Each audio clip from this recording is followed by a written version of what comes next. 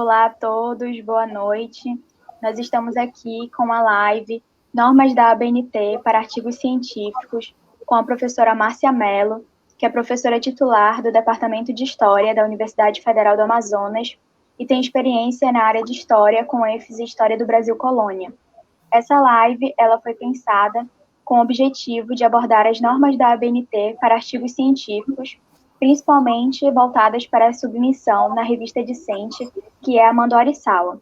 Então, eu agradeço a presença da professora Márcia, que se disponibilizou em estar com a gente fazendo essa live, e agradeço também a quem está acompanhando a gente pela página, e passo a palavra à professora Márcia Mello. Ok, Paula, obrigada, boa noite a todos e a todas.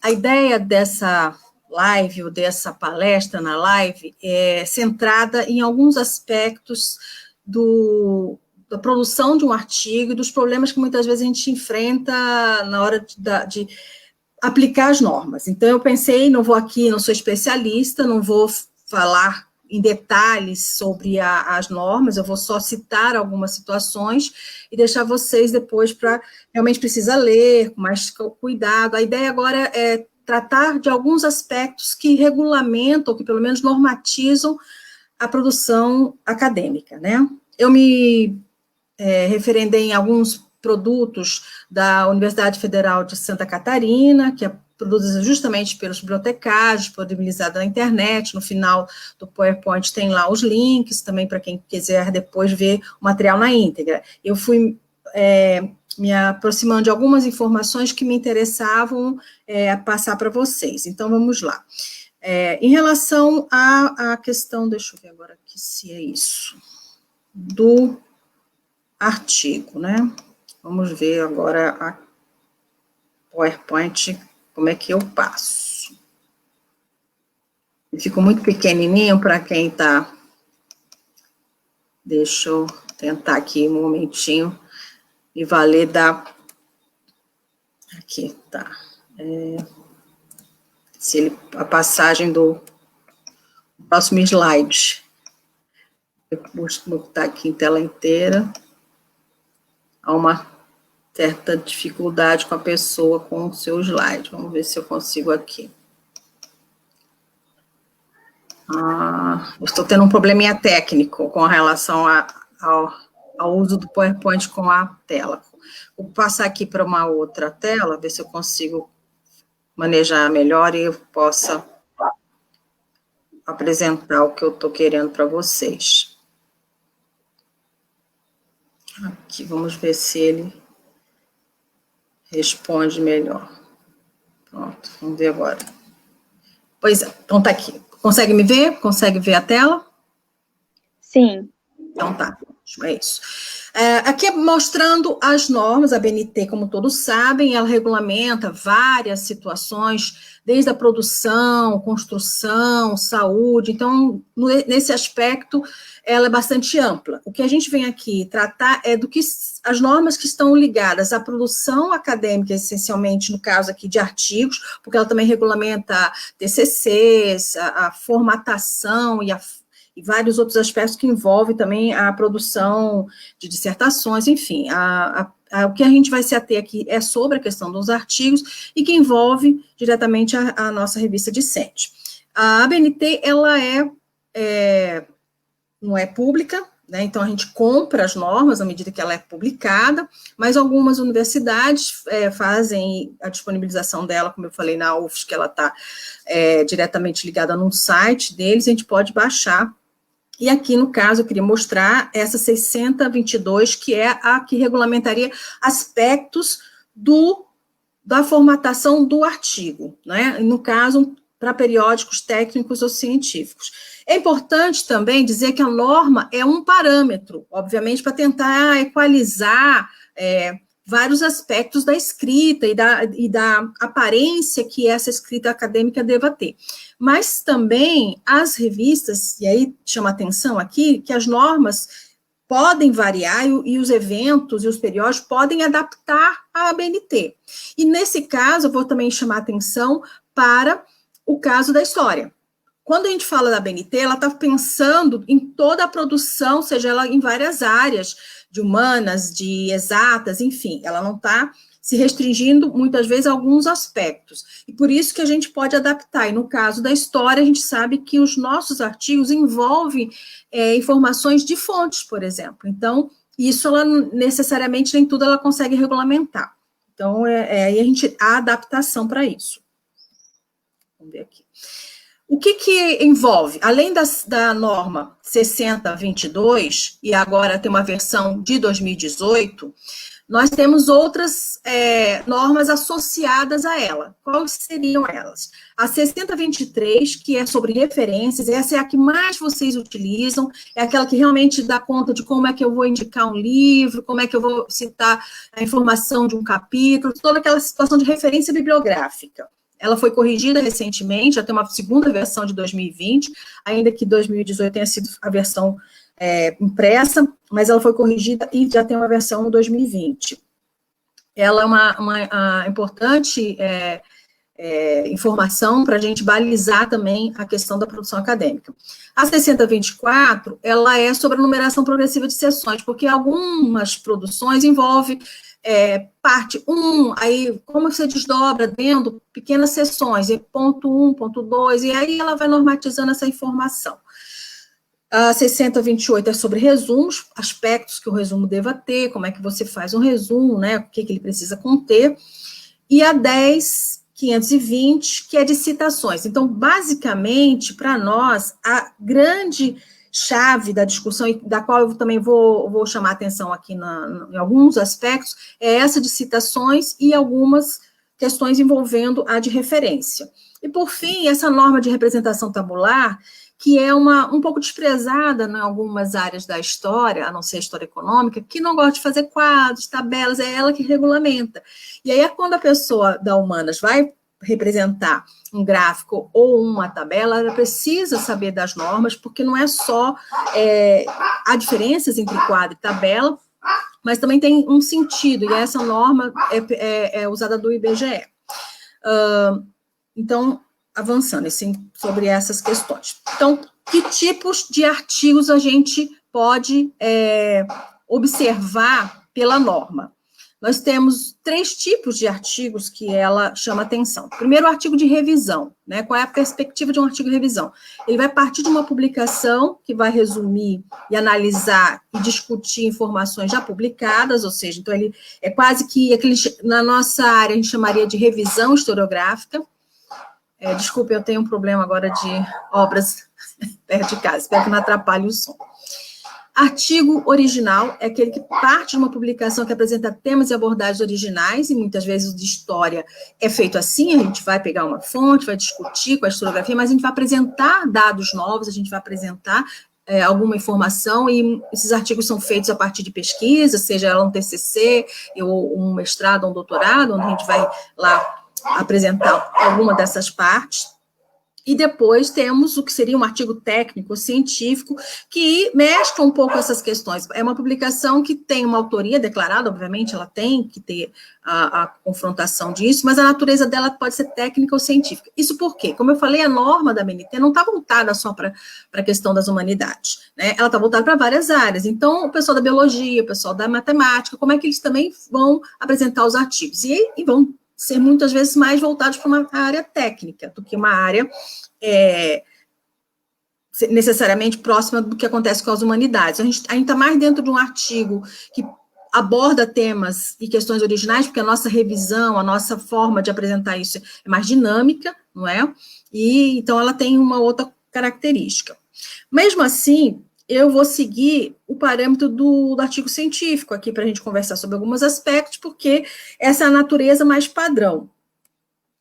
E aqui eu mostro aí as estruturas desse artigo técnico-científico. O que é importante aqui? Eu gostaria de novo chamar a atenção que é a normativa o que ela prevê que um artigo deva ter, né? Mas, como eu disse, a depender da área, algumas situações vão estar presentes, outras não necessariamente, e eu vou explicar por quê.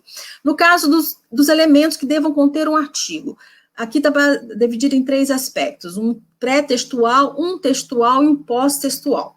O que é um elemento pré-textual? É aquilo que tem que ter o título, né, o autor, né, o resumo, que muitas revistas já colocam como padrão. Tem que ter um resumo, muitas vezes também pede um abstract em outra língua, e aqui tem o que é obrigatório ou não.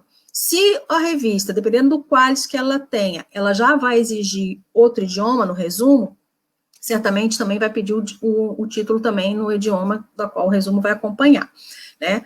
Então, tem isso. Como opcional, dependendo do extrato que a revista tenha, ela pode não pedir outro idioma, mas o que é obrigatório? Com certeza, o título, o autor, um resumo, não é? E agora, nessa recente revisão da norma, está colocada a obrigatoriedade de data da admissão do artigo. Isso algumas revistas já usavam, mas não era obrigatório. Agora, nessa nova versão de 2018, atualizada 2020, já está como obrigatório. Então, as revistas precisam dizer que data foi recebido o artigo e que data ele foi aprovado, para ficar disponível também nele. Identificação e disponibilidade também são questões que envolvam quando a gente tem ligado a alguma instituição, então isso é importante também ter isso. Deixa eu agora diminuir aqui a minha... Desligar aqui que eu estava querendo usar o... Esse momentinho. A pessoa quer desligar o celular e não consegue.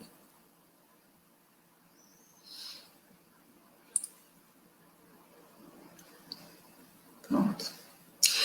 Elementos textuais, óbvio. Elementos textuais é justamente o que é o próprio artigo em si. Então, aqui ele também dá conta do que precisa ter no elemento de introdução, o desenvolvimento e uma conclusão. Então, isso é chave, né? E o que seriam esses elementos?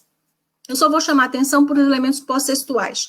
A única coisa dentro da nossa perspectiva de humanidades são as referências. Algumas revistas, online principalmente, elas têm mudado. Elas têm, se você faz nota de rodapé ou nota de fim de texto, ela já não precisa colocar a referência final. Uma forma de economizar, né, as impressas, papel e as online também para não ficar duplicado, porque a norma seria o seguinte: eu posso num artigo escrever e usar uma bibliografia além daquela que eu faço referência. Então, por exemplo, eu estou escrevendo e em algum momento eu cito um autor, eu faço referência àquela ideia, ok, eu posso ter 10 pessoas, 10 textos que eu fiz referência durante o artigo, mas eu li mais do que isso, eu usei mais em alguns momentos, mas não foi obrigatoriamente usado diretamente, eu posso colocar na referência. Então, eu posso ter 15 ou 20 referências a mais do que deveria ter na minha nota.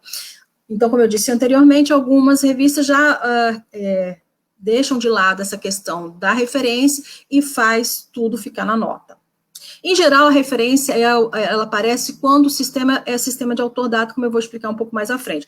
Aí ele faz necessário, porque como autor-data só vai ter o autor, a data e a página, você precisa saber qual é a referência completa e aí ela vai pedir a referência final. Glossário, apêndice, esses outros elementos, eles não são muito utilizados nos nossos artigos de história. Em geral, isso não aparece. Então, a gente não faz glossário, a gente não faz apêndice, isso em artigo, pelo menos não na história. Raramente vai acontecer alguma coisa, só se for um documento, ou uma coisa que envolva realmente uma análise documental, mas não é o caso. Deixar para os elementos ficarem como constante em anexo. Aqui eu só destaquei, obviamente, no desenvolvimento a gente sabe o que deva conter o texto, mas aqui na introdução era importante chamar a atenção para o que deve ter uma introdução. Em parte também, como eu disse, a BNT está aqui voltada para um largo aspecto de leitores. E alguns aspectos a história vai utilizar durante o desenvolvimento, mas aqui ele já chama atenção, para que a gente pudesse colocar já a característica desse conteúdo explorado, o objeto de trabalho, delimitação, e no caso da história seria interessante, a gente sabe colocar esse objeto, a nossa delimitação temporal, as nossas balizas temporais, né? Eu estou tratando, por exemplo, de uma questão, eu sou da área de colônia, vou falar sobre a Amazônia, vamos supor, eu vou começar a falar um tema sobre Inquisição, mas vou falar de Inquisição em que momento, né? A Amazônia já definiu o espaço e vou falar sobre um aspecto ou da visitação durante o período de 763 a 73, que refere-se à visitação, ou vou querer falar num outro período, uma outra circunstância. Então, para a gente é importante, já para o seu leitor, saber essa delimitação, porque às vezes o título ele fica amplo e a pessoa pode pensar que você vai tratar de um tema em vários aspectos, e aí você vai, na introdução já, ou no resumo também, muitas vezes o resumo é feito a partir de alguns aspectos que já contém o artigo, você vai já indicando para o seu leitor essas convergências. Aí, também, na introdução, pode partir de uma discussão historiográfica, que seria esse desenvolvimento do assunto, né, se existe, como é que está a historiografia sobre o tema. Então, a introdução você pode usar também para contextualizar para o seu leitor como aquele tema já foi tratado por outros autores, antes de chegar naquilo que é o desenvolvimento inédito do teu trabalho. O problema, enfim, o que problematizou o teu texto, um pouco desses objetivos a ser alcançado, de novo, pensando, muitas vezes essas variáveis são utilizadas para áreas duras, né, onde é uma pesquisa de laboratório, então ela claramente já vem dizendo todos esses aspectos, os objetivos a serem alcançados. Algumas coisas a gente não vai usar. Justificativas e metodologia. Metodologia também é outro aspecto. Quando a gente trabalha em história, em algum momento você vai justificar e vai expor a metodologia, se ela for muito específica para o tema que você está tratando. Porque você não vai parar para explicar para o seu leitor o que é um método de história oral, por exemplo, um método dedutivo utilizado na leitura de documentos. Você não faz isso, se não for um texto técnico. Então, isso é muito apropriado para esses textos de áreas duras, que eles precisam mostrar para o leitor qual foi o parâmetro utilizado para chegar no resultado que ele vai apresentar, né? Mas aqui, como a técnica prevê, ela está colocando as possibilidades do que deveria ter essa introdução. E, por fim, também, e é interessante já apontar para o seu leitor algumas partes do que vem para frente. Muitas vezes, se você dividir o teu texto em seções e subseções, você pode até comentar algumas dessas questões que vão ser tratadas mais à frente, sem realmente chegar e dizer ao finalmente, né, que conclusão você chega. Você deixa ali só algumas informações de como que essa pesquisa contribuir ou vai contribuir para o tema em tela. Aí, de novo, como é o ABNT tem essa formalização e padronização, aí ela vai exigir margens dentro desse parâmetro, usar uma fonte sugerida que é a Times New Roman. O que eu quero chamar a atenção aqui, que muitas vezes as pessoas não sabem ou desconhecem? O tamanho da fonte, em geral, é 12. E quando você vai usar aí outros aspectos dentro do texto, como uma citação direta, com mais de 3 linhas, que você vai recuar, então você vai diminuir a fonte. Então, essa fonte deverá ser 11 em geral. Então, ela é menor do que a fonte que está sendo utilizada. Se a margem dada é 1,5, então, quando você recuar, você já vai usar ela em 1, porque ela tem que ser uma forma gráfica que represente diferença do texto que está sendo escrito. Por isso, a gente usa o recuo e usa também uma fonte menor. E quando você usa nota de rodapé, você também diminui mais ainda essa fonte, ela passa a ser 10. Então, ela precisa também acompanhar esse movimento da redução. Isso dentro da norma. Se vocês forem escrever para uma revista, precisa saber quais são os parâmetros que ela está utilizando, de alinhamento e tudo mais. Mas aqui a norma prevê esse tipo de informação. Também ela, no caso das fontes, ela define esse padrão 12 para outras situações de legenda e tal, então ela vai dando mais ou menos a informação que nota de rodapé, legenda, fontes de ilustração devem ser menor. Então, se ela é 12, como eu falei, você trabalha com 11. Isso aqui, estou falando da parte mais técnica do texto. Uma outra questão que, aí, como eu disse, eu não vou entrar em detalhes minuciosos da ABNT, mas vou chamar atenção para aquilo que geralmente é problemático. Quando você usa figura, ilustração no seu texto, o que acontece? Pode ser uma figura mesmo, pode ser um mapa, um quadro, ou seja, tudo isso é considerado ilustração. Essa identificação também é regulamentada, e regulamentada pela NBR 10.520. Né? Enquanto que a 60.22 vai regulamentar só esse aspecto pré-textual e tudo mais, ponto, chegou. Agora eu já estou entrando numa outra vertente para chamar atenção de como elas trabalham entre si. A importância dessa informação, e aqui eu só quis também chamar atenção sobre um aspecto que muitas vezes as pessoas ignoram, usam uma figura, peguei a figura de um livro, aproveitei aqui, mas eu mudei alguma coisa dela. Quando eu pego uma figura tal e qual, ou um quadro, ou um mapa, ou um quadro utilizado num outro texto de um outro autor, e eu trago para o meu texto para ilustrar, eu não posso deixar de colocar essa fonte. Então, eu tenho que remeter à fonte original. Se por acaso eu modifiquei, eu fiz alguma alteração nesse texto, eu tenho que dizer que ele foi elaborado, adaptado a partir desse texto original, dessa figura original.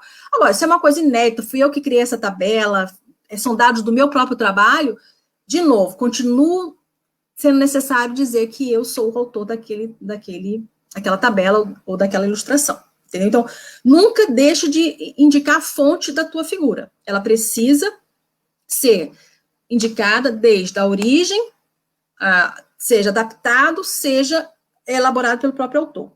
E aí, de novo, ela está inserida dentro dessa questão das normas mais recentes. A figura, aí tem um tamanho, ela vai dizer, né, que é um número que deve ser usado arábico e não números romanos, por exemplo, né? Então, não é 2 pontos, é um traço, aquelas minúcias que a norma vai te indicar. Eu também tirei aqui para chamar a atenção das regras de representação de tabela. E é outro problema, é tabela ou é quadro, né? Qual a diferença entre os dois?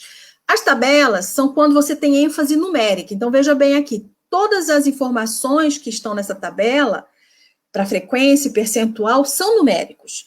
Se na minha tabela eu vou misturar alguma informação, que eu vou, por exemplo, usar uma discussão que envolvesse uma informação de nomes, né? Então vai ter uma hora que vai elencar esses nomes ou localidades, enfim, informações que não são somente numéricas, elas se tornam um quadro.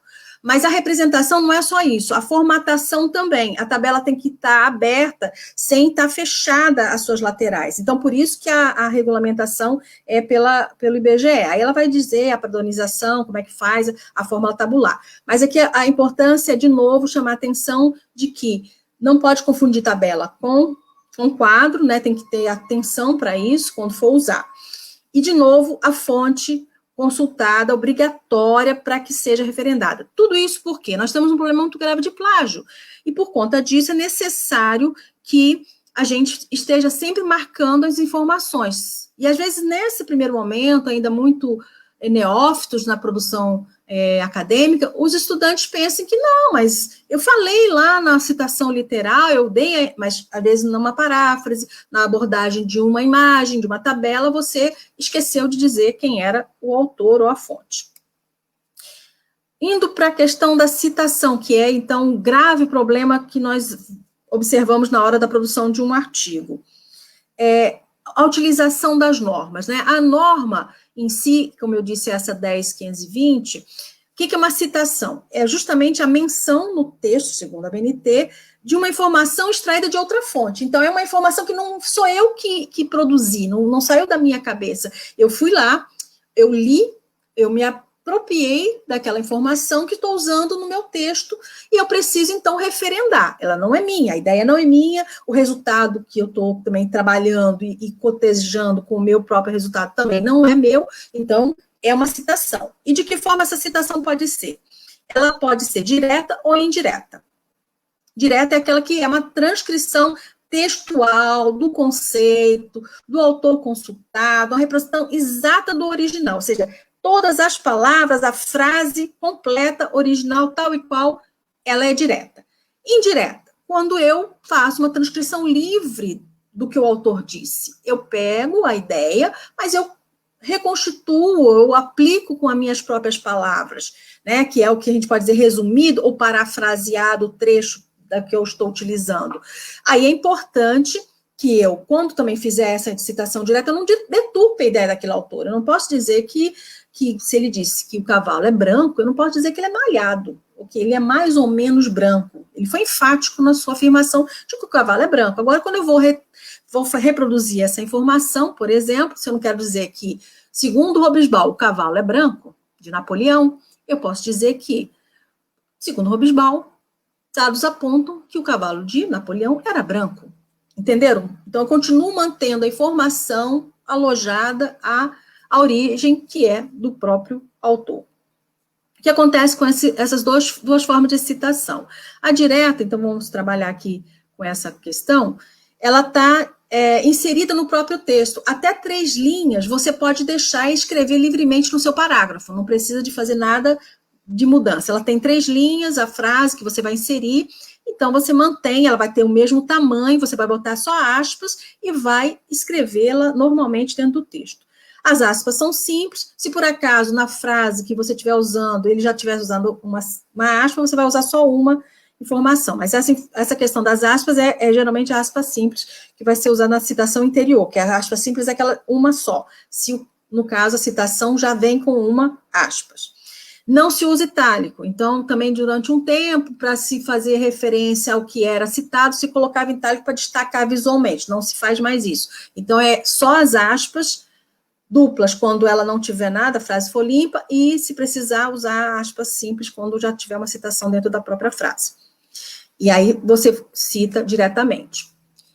É importante, depois eu vou explicar um pouco melhor sobre isso, onde você coloca lá a referência sobre essa citação, não é? Porque já que você usou as aspas, e em geral, acabou as aspas, você vai fazer a referência, seja ela uma nota de rodapé, seja ela um autor-data. Você vai botar ali no final das aspas quem é o autor, a data e a página, se for o sistema de autor-data. Se for nota de rodapé, vai botar um númerozinho, vai jogar para a nota de rodapé e vai lá colocar a referência completa.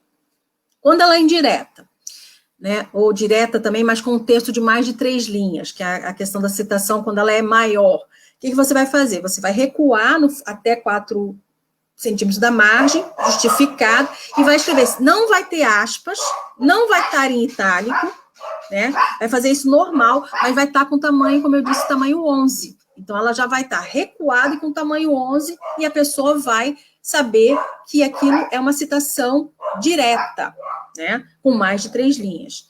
Manter a formatação original, só vai usar itálico se dentro do texto original tiver itálico, ou seja, você vai só trazer para o seu texto tal qual está lá, né, utilizado.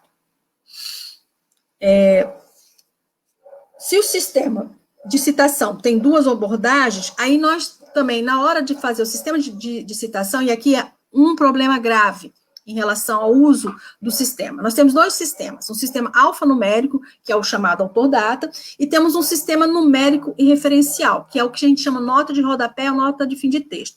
O problema é que muitas vezes chamar de sistema nota de rodapé confunde, porque o sistema alfanumérico também tem nota de rodapé, mas uma nota de rodapé explicativa. Então, tenham cuidado. Muitas vezes você vai ler material produzido em cima da ABNT, mas as pessoas não vão ter esse cuidado, muitas vezes, de explicar essas minúcias, e confunde, e vocês acabam usando as 2 coisas, que é o errado, como eu vou já chamar a atenção. Então, por exemplo, aqui, sistema alfanumérico, você vai, autor, quando está dentro do colchetes, ele vai em letra maiúscula, a data e a página. Quando o autor está fora dos parênteses, você vai usar somente a maiúscula para o primeiro nome, da primeira letra, e vai escrever o resto em minúscula. Então, toda vez que ele estiver dentro dos colchetes, aí ele tem que estar em maiúsculo, e fora ele vai ter que estar em minúscula. Referência numérica, que é numérica porque você vai botar na sequência, número 1, nota, e vai assim na sequência, que é a chamada nota de rodapé. Ela, na primeira vez que você for utilizá-la no texto, você coloca por extenso tudo. Qual é o título, qual é a edição, qual é a editora e a página. Isso é muito importante. Vocês, muitas vezes, acreditam que basta colocar a referência sem colocar a página. Quando vocês vão ler o manual, que ele vai dizer assim, como faz uma referência de um livro, ele está pensando isso na referência final. A referência final não tem página, a não ser a totalidade do livro em si. Ou quando é um capítulo, é preciso colocar página 10 a página 20, porque um capítulo de um livro pode ter outros em outras páginas, então é preciso ser mais preciso. Mas esquecem quando faz uma citação de um livro inteiro, e quem vai achar a página que aquela informação que você está usando está. Então, isso é importante. Então, já estou chamando a atenção de que toda vez que você escrever, e for um texto que, mesmo em rascunho, mesmo que depois seja um texto final, e também é importante para o leitor, que vai ler, às vezes, online, não use OPCIT, idem, nada disso. Isso, às vezes, algumas editoras até obrigam a gente a usar, mas se puder, não use. Até porque um leitor lendo online, OPCIT, 10 páginas depois, ele vai, qual é o texto OPCIT do Robisbal? Lá eu vou voltar para procurar novamente saber qual é aquele texto. Então, procurem sempre fazer o quê? Na primeira vez que eu citei aquele autor, completo. Se lá na frente eu vou citar novamente, vou fazer, vou botar o nome dele, né, o sobrenome e o nome, o título e a página. Não vai botar data. Isso é no sistema alfanumérico. No sistema de referência numérica, que é a rota de rodapé, quando eu repetir a nota do mesmo autor, eu preciso colocar a página, não o ano da publicação. Entendam? A lógica do sistema numérico e referencial, o ano é o que menos importa para mim, nesse momento. Eu preciso saber quem é o autor, quem é a obra e que página que ela está. O sistema alfanumérico, sim, por isso que ele chama autor-data, ele fica nessa chave, sobrenome e a data. O que é muito ruim para um texto acadêmico de história e de humanas, porque fica Silva, 1988. Quem é Silva? Quer dizer, a não ser alguns autores muito conhecidos, Marx, eu posso usar, um Freud, um Robesbal, a gente não precisa, já sabe que é o Érico Robesbal, já sabe que é o Karl Marx, mas outros nomes a gente precisa citar, sim. Inclusive, na hora da redação, também coloquem sempre, segundo Patrícia Mello, segundo Márcia Mello, ou seja, dê visibilidade, humanidade aos autores que você está citando. Se vai citar no texto, se não vai citar o nome, pelo menos na nota já está lá o nome e o sobrenome. Né? Evitem também abreviar o nome da pessoa, porque é Silva RPF. Não, Roberto Silva. Eu vou saber, porque pode ter um outro Silva, né? Então é importante que a gente humanize também os textos. E aqui, de novo, chamando a atenção, o que pode utilizar e o que não pode utilizar. Quando eu for usar um sistema autor-data, eu posso usar uma nota explicativa. Ok, eles podem ter uma notinha de rodapé que eu vou explicar alguma situação. Enquanto que, na nota, no sistema referencial, eu também posso usar nota explicativa. Está tudo nota de rodapé, explicativa e referencial, de boa. O que eu não posso fazer? É usar o sistema autor-data e botar a nota referencial, ou seja, misturar os dois sistemas e confundir que o sistema referencial com a nota explicativa. A nota explicativa é isso mesmo, vou explicar alguma situação, né? Aí eu puxo uma notinha, tenho depois aqui um slide para mostrar, aí eu vou explicar aquela situação, mas isso só serve para o sistema autor-data, nota explicativa. Então, não misture, e acontece muitas vezes, a pessoa vai formatar de um jeito e começa a misturar os dois sistemas. É um ou o outro. E aqui eu mostro essa informação. A nota deverá ser inserida após o ponto final. Olha, a nota explicativa do Weber. Ali é uma nota explicativa. Eu chamo a atenção logo na sequência do Weber e explico. Intelectual, alemão, jurista, e vou explicando quem é o Weber.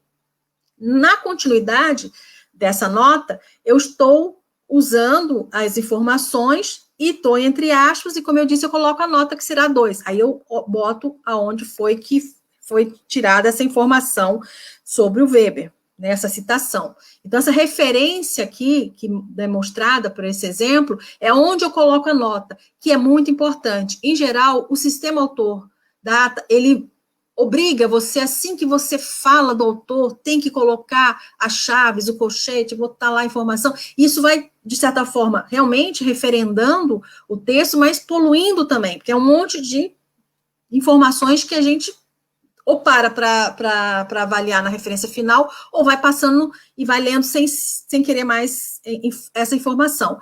E aí eu queria chamar a atenção para vocês de uma questão que eu acho muito importante para a produção de um artigo em história, que seria, quando a gente vai produzir um texto, a gente precisa dialogar com as notas são importantes, e elas precisam estar na mesma página, porque você vai ler sobre o assunto, aí vai fazer a referência, eu vou para aquela nota, eu automaticamente fico sabendo o autor que está utilizado, ou a fonte que foi utilizada, então ele interage, o texto de humanidade e de história particularmente, ele precisa ter essa conexão.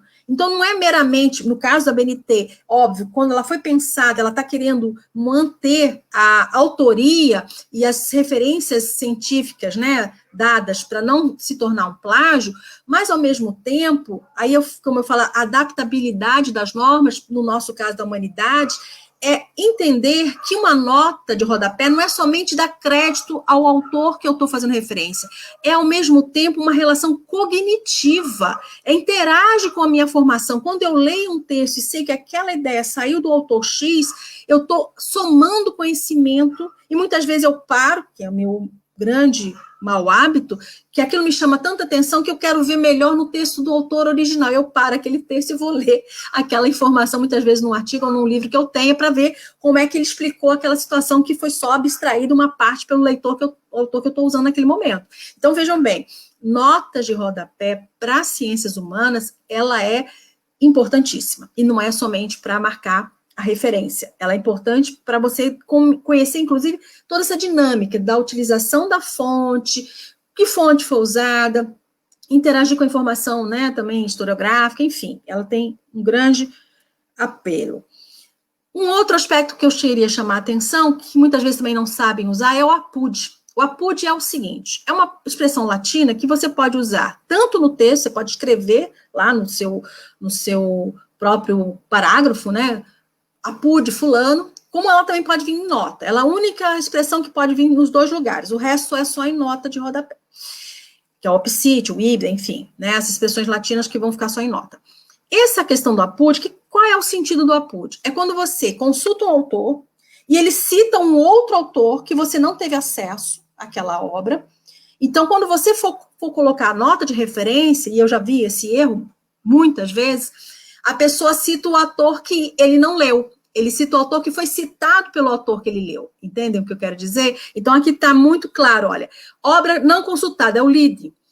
A obra que foi consultada por quem? Pelo Richard, está na obra consultada do Richard. Então, ele consultou dentro do Richard a obra que é do lead. Então, é importante, quando eu vou botar a nota da referência, a obra consultada não pode ser o lead, porque eu não li o lead, eu li o Richardson. Então, eu tenho que colocar a nota da qual eu realmente utilizei. Mas eu, quando coloco a PUD, eu vou mostrar para o meu leitor que eu tive acesso à ideia do lead através do Richardson. Então, essa é a leitura do APUD, mas ela também é complicada, porque muitas vezes os autores, né, leigos acham que tem que citar o lead, porque foi o lead que você pegou a ideia. Não, o lead é uma leitura em segunda mão, da qual você não teve acesso à obra original. Então, muito cuidado. Toda referência tem que ser uma referência que você tenha domínio, que você tenha controle. Eu li aquele livro. Então, é muito fácil quando eu vejo um texto que está em inglês, que está em outra língua, uma obra rara. Eu digo, a pessoa não leu esse texto no original. Ela leu em algum outro. Então, assim, tenham cuidado, porque às vezes até pode ser encarado como má fé, citar um texto que você não tem acesso. Então, está aqui a explicação de que você precisa colocar a citação do texto citado. E é a citação de citação. Uma coisa nova também nas regras, que eu gostaria também de destacar, então, lembrando que eu estou usando a live para chamar atenção para alguns aspectos da ABNT para a utilização em artigos. Eu achei sempre ruim essa forma, e agora, ainda bem que ela caiu, que era a tal da linha. Muitas vezes, na referência final, vinha uma linha, quando você usava o mesmo autor, e isso acontecia também quando é capítulo de livro, e acontecia quando eu repetia. O Hobsbawm, eu usei vários livros do Hobsbawm, por exemplo. Aí, na vez que eu vou citar um segundo nome, um segundo livro, a pessoa botava uma linha para indicar que era na sequência o Hobsbawm. Claro que isso, quando é uma referência final, tudo bem, professora, eu sei que é Hobsbawm e a linha me diz que é Hobsbawm, mas imagina um texto em construção, que você tirou, que você mudou, aí você levou a linha para um lugar errado. Então, assim, de novo, refaço. Quando estiver escrevendo do rascunho ao texto final, evite o apsite, o idem, porque, inclusive, o ibidem tem que ser na própria página. Você não pode virar a página e ficar botando ibidem para o que você escreveu anteriormente. Você teria que repetir a informação bibliográfica. Essa é a norma para usar o tal do ibidem. Então, muita gente vai 5 páginas falando ibidem o tempo todo, do que falou na primeira página. Errado. O tal do ibidem é para usar na mesma página. Por quê? Porque o leitor viria... Qual é a obra citada? Aí, ibidem, ok, porque eu usou 5 notas na sequência, a mesma situação, mas eu estou na mesma página. Eu virei a página, eu já tenho obrigatoriedade de colocar o autor novamente. Então, aqui, e a linha, então, que era primordial, o pessoal usando linha, em nota de rodapé, que também nunca vi disso. Agora, a norma veio e fechou, não tem mais, você tem que repetir o autor, né, no caso aqui é um capítulo, exemplo, então, o Bravo, ele tem um capítulo dentro de um livro que ele organizou, tem que repetir novamente Bravo e todas as informações da autoria, então, não usa mais esse traço. Isso está já na nova norma, não se usa mais. E aqui eu queria chamar a atenção para a fonte primária. Formato. Enquanto que na BNT não vai ter essa informação de fonte primária para a história. Então, como é que eu uso? Então, como as revistas dizem como deve ser usada, outras não, e a gente fica, às vezes, sem saber o que fazer. Eu estou falando aqui de fontes primárias arquivísticas, daquela que você não está impressa, que você não vai encontrar em outro acervo, ela é única, não tem em outro lugar. Então, qual é a informação que você deve passar para o seu leitor? A instituição que tem aquele documento, e se a instituição é organizada, ela vai ter uma descrição, vai ter o fundo, vai ter vários aspectos que você pode utilizar. Se ela não tiver essas informações, você tem que criar dentro, minimamente, dessa padronização, dizer a instituição de guarda e alguns elementos dessa fonte, né, qual seria a descrição dela, um pouco da sua data, então isso é importante. Quando vocês leem essa informação que eu coloquei aqui do arquivo histórico, o arquivo histórico ultramarino é a instituição de guarda, a descrição é requerimento de João Cordeiro pedindo provisão por 1 ano para servir nos ofícios de tabelião, escrivão da Câmara Almoçaria da Vila de Pitangui com marca de Sabará. Isso aqui é uma espécie de verbete que as pessoas estão usando como descrição do documento. Mas podia ser só o requerimento do João Cordeiro para a almoçaria, poderia ser uma coisa simples, é só informar do que se trata o documento. Fundo, Minas Gerais, porque esse arquivo tem várias capitanias, então qual é esse documento dentro da organização? É o Minas Gerais, que está dentro de uma caixa, e é o documento 1. Isso é importantíssimo, isso chama-se localização do documento dentro da descrição. Aqui, essa pessoa não usou a data, mas se você, no seu texto, já tiver datado o documento, pode não querer repetir, mas isso também é uma dica. Muitas vezes, como a gente trabalha muito com data nos nossos textos, você pode deixar só a data, o ano, e deixar para a nota a informação mais precisa, do mês, do dia em que o documento foi feito, entendeu? Então, a gente pode jogar com essas duas informações. Aqui nesse exemplo 2, que já é uma nota que eu fiz, eu tenho a ANTT, que é justamente o Arquivo Nacional da Torre do Tombo, Tribunal do Santo Ofício, que é um fundo, e dentro do fundo Tribunal do Santo Ofício existe a Inquisição de Lisboa, porque também dentro do tribunal tem Inquisição de Évora e Inquisição de Coimbra. E aqui é um livro, não é um documento avulso como do ultramarino, que esse aqui são as caixas de documentos soltos, então não precisa botar folho. Mas quando eu uso um livro manuscrito, eu tenho que botar o folho, como acontece com o livro impresso, eu tenho que botar a página, né? Porque imagine um livro com 800 folhas, onde é que eu vou achar essa carta, né? Ela tem uma data, também é importante colocar. Então, aqui a data que eu coloquei em colchetes aqui, ela precisa aparecer nessa informação, nesse outro exemplo da fonte primária. E vou me encaminhando para o final da minha fala, pegando o nosso nossa própria revista, no que está no site hoje, para mostrar o que está errado, ou que ficou errado, não porque a norma mudou, mas porque também estava errado na norma vigente. Então, são 4 situações que a gente usa muito para citar: artigo de periódico, livro completo, capítulo de livro e trabalho apresentado a evento. Basicamente, são essas 4 informações que a gente usa muito na nossa construção de um texto de artigo, fora as fontes, tá? Agora, a depender da abordagem, você vai usar entrevistas, né? Então, tudo isso deriva de outras informações que você vai precisar consultar a norma da regra. Mas eu vou pegar aqui o que é mais habitual. E aí, no caso do artigo de periódico, qual é o primeiro erro? Aspas, no título do artigo. Não usa aspas no título. O título vem limpo, normal, sem ser itálico, sem estar em negrito. Ele é o título, normal. Não se usa in, também é outro erro grasso que eu vejo nos textos dos acadêmicos. Por quê? Porque ele usa a mesma lógica do livro. Artigo não tem in, não existe, não usa in. Você vai usar o título do artigo, aí vem o nome da revista em negrito. Algumas revistas estão usando itálico, mas a norma, em geral, é negrito. Mas tem que sempre usar a mesma coisa. Se você usar negrito para identificar a revista, você vai também usar para o título do livro. E assim vice-versa. Mas quando eu estiver falando aqui do livro, eu explico novamente. Então, A revista se chama American Social Review, Sociological Review. Ela está em negrito. Então, quando eu bato o olho aqui, eu já sei que esse é o nome da revista. Depois, eu tenho que colocar o local que essa revista foi publicada, porque American Social Review, Sociological Review, é da onde? É de Toronto? É Nova York? É da onde? É americana ou é onde? Da onde que ela vem? Então, eu preciso colocar a cidade que ela é editada.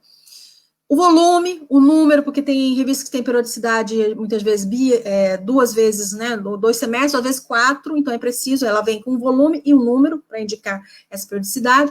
Página, importantíssimo, porque o artigo ele tem uma página final inicial e a data. Pronto, isso é informação de um periódico. Um livro completo. Isso eu estou falando referência final, tá? Se fosse usar no note de rodapé, aqui no nosso livro, eu teria que botar a página que eu peguei a citação, direta ou indireta, não importa. Ele tem que, quando eu faço nota, eu preciso de ter a página. Quando ela está na referência final, eu obviamente não vou precisar botar a página.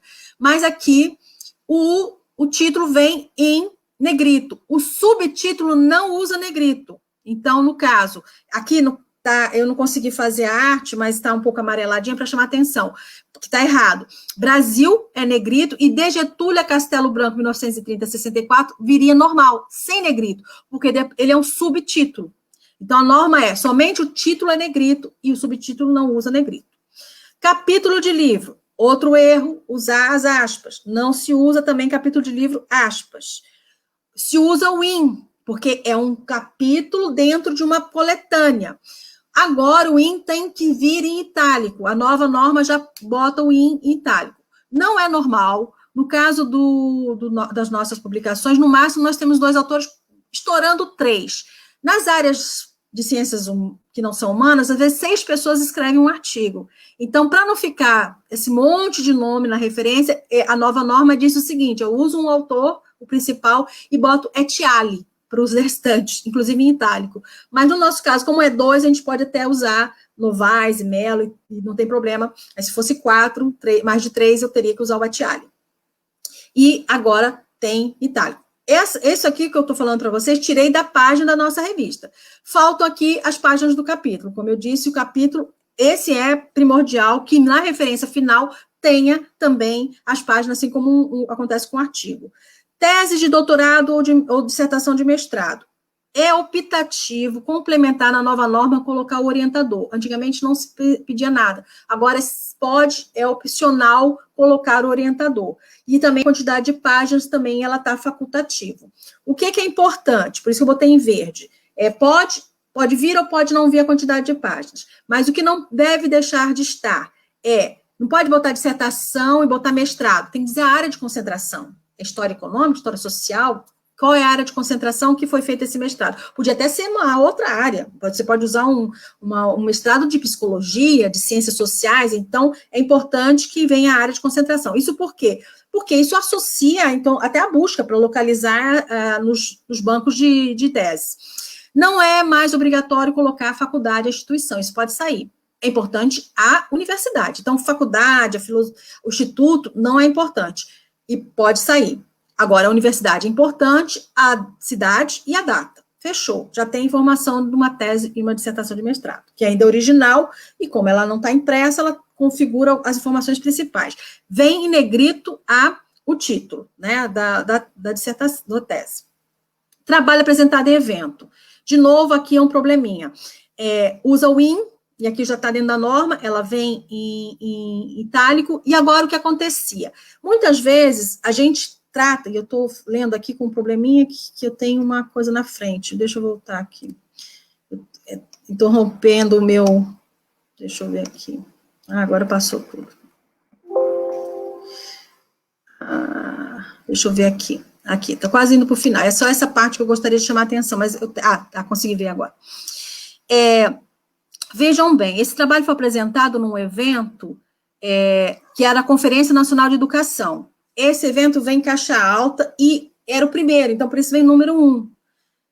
Quando eu vou colocar isso que ficou publicado nos anais desse evento, eu não preciso mais repetir o nome de novo, Conferência Nacional de Educação. Eu faço o quê? Boto anais e boto entre colchetes reticências que ele é os anais desse evento. Então, agora suprime a referência duplicada do evento, ele aparece como IN, e é assim que a gente vai colocar uma comunicação, que eu peguei num trabalho de anais. E se ele não for online e tiver página, a gente também referencia as páginas. Então, isso é uma informação importante, porque mudou até a BNT para isso, para que você possa suprimir de novo a repetição do congresso, no qual foi apresentado o trabalho, mas ele precisa ter referência que é anais. E como é anais, ele vem em negrito para justificar a origem da publicação. Então, basicamente, isso era o que eu gostaria de chamar a atenção dentro das normas do que são os comportamentos na escrita. Aqui no final tem essa fala de referência que eu disse que eu usei, são materiais que aqui eu apresentei, alguns até indicados na minha própria slide, mas são essas referências que ilustram como fazer as citações, tem um template de como elaborar um artigo científico, todos baseados nessa norma, né, das ABNTs. Eu peguei algumas coisas que eram importantes para a gente pensar na nossa própria realidade. Então, é isso. Basicamente, o que eu queria dizer para vocês. Se tiver alguma pergunta. Aqueles que estão acompanhando a live, se quiserem mandar perguntas pelo chat, o chat está aberto para perguntas. Nós temos alguns comentários. A UEA de Parintins agradeceu, disse que a palestra está muito boa. O Anderson também falou que, assim, extremamente importante, e a gente sempre acha que a gente domina essas questões referentes à ABNT, e a gente percebe, né, que falta muita coisa para a gente conseguir estar elaborando os artigos dentro dessas normas, né. Então, novamente, a revista agradece a professora Márcia Mello pela disponibilidade, né, pelo tempo e por abordar, assim, de forma tão extensiva tudo que a gente precisa saber para a produção desse artigo. A revista também gostaria de dar 2 informes, que a gente está com um edital de novos membros abertos. Então, são 7 vagas, 5 para graduação e 2 para o mestrado e doutorado. Vocês podem estar se inscrevendo pelo chat, pela página da revista, a gente tem o link lá. E também a gente está com a chamada para o dossiê, o ensino de história na Amazônia, práticas pedagógicas como reflexão para pesquisa, aberto até o dia 15. E nós já temos algumas perguntas no chat. O Anderson perguntou até onde vai a autonomia das revistas nas normas. Ela existe. Ela não é muito extensa, mas ela existe. Como eu falei, no caso da história, ela foi adaptando informações sobre fontes, por exemplo, que é desprezada essa vertente. Então, algumas revistas, elas estão cada vez mais tentando dar parâmetro, porque, por exemplo, deixa eu só explicar uma coisa que eu quis me manter dentro do prazo, para não perder o tempo da fala, e desliguei o celular, perdi a hora. É o seguinte, o que acontece? O sistema AutorData foi usado para a questão impressa, para facilitar a impressão e diminuir o custo do papel. Quando a gente hoje, são 2 revoluções que a gente tem na nossa escrita, né, da produção de artigos. Isso foi nos anos 2000, por isso que a referência de 2000, a maior parte da revisão foi feita nos anos 2002, 2003, e agora a gente tem uma nova revisão em 2012. Por quê? Porque é a revolução digital. A gente já vive agora o momento das revistas digitais. E aí usar o sistema AutorData para ciências humanas, e respondo a você, a autonomia para nós é essa, insistir, porque a BNT não diz que é obrigatório fazer a AutorData, ela diz que você tem esses 2 sistemas e você pode optar por qual deles, não é? Então, a gente precisa se insurgir em relação a isso, e eu falo isso para trabalhos acadêmicos, PIBICs, né, que acabam se obrigando a gente a fazer um sistema que, para ciências humanas, para mim, é completamente ruim. Então, existe uma autonomia, sim, mas ela não pode criar, de repente, mas agora eu quero usar itálico. Não, a norma tem que ser para aquilo. O que eu posso adaptar é para aquilo que falta na norma, como é o caso da história da informação das fontes, por exemplo. Tá? Então, assim, é uma relativa autonomia, né?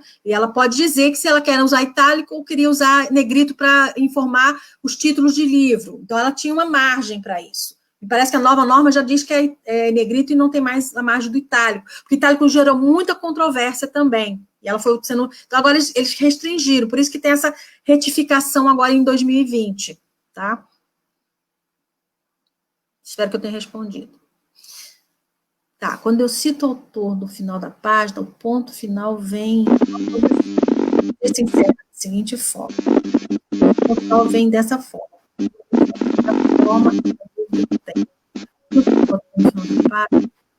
Ponto de... Deixa eu ver, o ponto final. Sim, é depois. Você tem que entender, assim, também é o caso da aspa. Eu estava corrigindo um texto também de autor. É o seguinte, eu usei a aspa. Fechei a aspa. A nota não pode vir dentro da aspa, porque a aspa é o que está no autor original. Então, tem que terminar a aspa, botar o ponto e botar a nota, o númerozinho que vai para a nota de rodapé. Se eu uso o sistema de autor-data, eu também espero que o ponto venha depois que eu fechei as aspas, porque a informação para a pontuação do parágrafo é uma lógica, não é a mesma da pontuação que é usada para as referências, que é as vírgulas, ou os pontos e vírgulas, que às vezes divide as informações, não é? Então, é importante, sim, o ponto final fique depois da informação ali do autor-data, ficaria final. O que mais? Eu acho que ficaram as perguntas. Tá. Então, assim, fazer uma conclusão, assim, eu gostaria de deixar para vocês. Norma, vocês vão ter que ler. Né? As minúcias, essas informações, ela explica também. E o Anderson, agora sim, uma dúvida. Mas é importante, aí que eu gostaria de fechar e concluir a minha fala com vocês, é a sensibilidade da escrita. Então, nota também, quando vocês forem usar a nota de rodapé, ela tem uma sensibilidade. É no ponto do parágrafo, é no ponto do seguido, que é porque a pessoa tem que ter tempo de ler a ideia e ir para a nota, absorver aquela informação e voltar de novo para o texto. Então, como eu falei, aquele diálogo que é interativo. Então, precisa ter sensibilidade onde colocar nota. E aí, para aí eu cito, e podem ler, Humberto Eco, Como Fazer uma Tese, ele tem uma parte que ele explica onde é que tem que ser a nota nos parágrafos. Tem isso lá, eu acho legal, é bacana ler o Humberto Eco. Está desatualizado nas normas, ele não vai seguir as normas da nossa BNT, mas tem muita dica da escrita, desses feelings, né? Onde vai a nota, como fazer referência, cuidados com a paráfrase, né? Porque eu penso que eu parafraseei, às vezes eu estou fazendo plágio, e o Humberto Eco chama atenção e exemplifica.